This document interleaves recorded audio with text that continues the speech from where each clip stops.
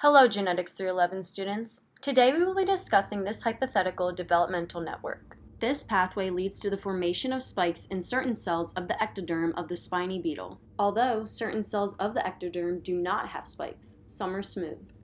Okay, so let's go over the pathway and how it forms spikes. Starting off, S activates P, which activates I to repress K, before K can repress E, which activates the formation of spikes.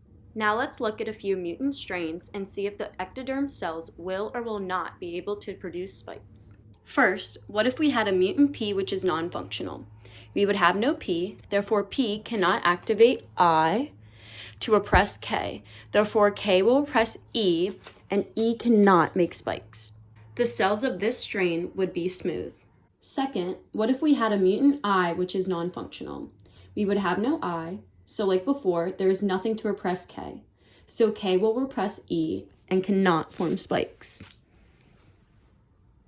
The cells of this strain would be smooth.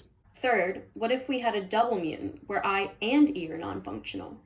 We would have no I or E. Without I, there is nothing to repress K. However, without E, there is nothing to activate spikes. The cells of this strain would therefore be smooth. Last, what if we had another double mutant where S and K are non-functional? We would have no S. That means nothing to activate P.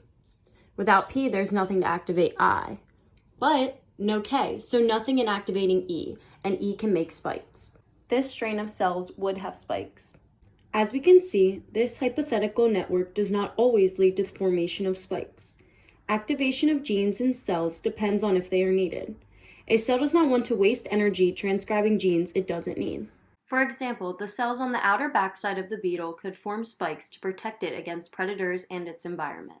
The cells on the belly of the beetle could not form spikes because that part of the body is not used for protection, rather to lay on surfaces. Thank you all for watching!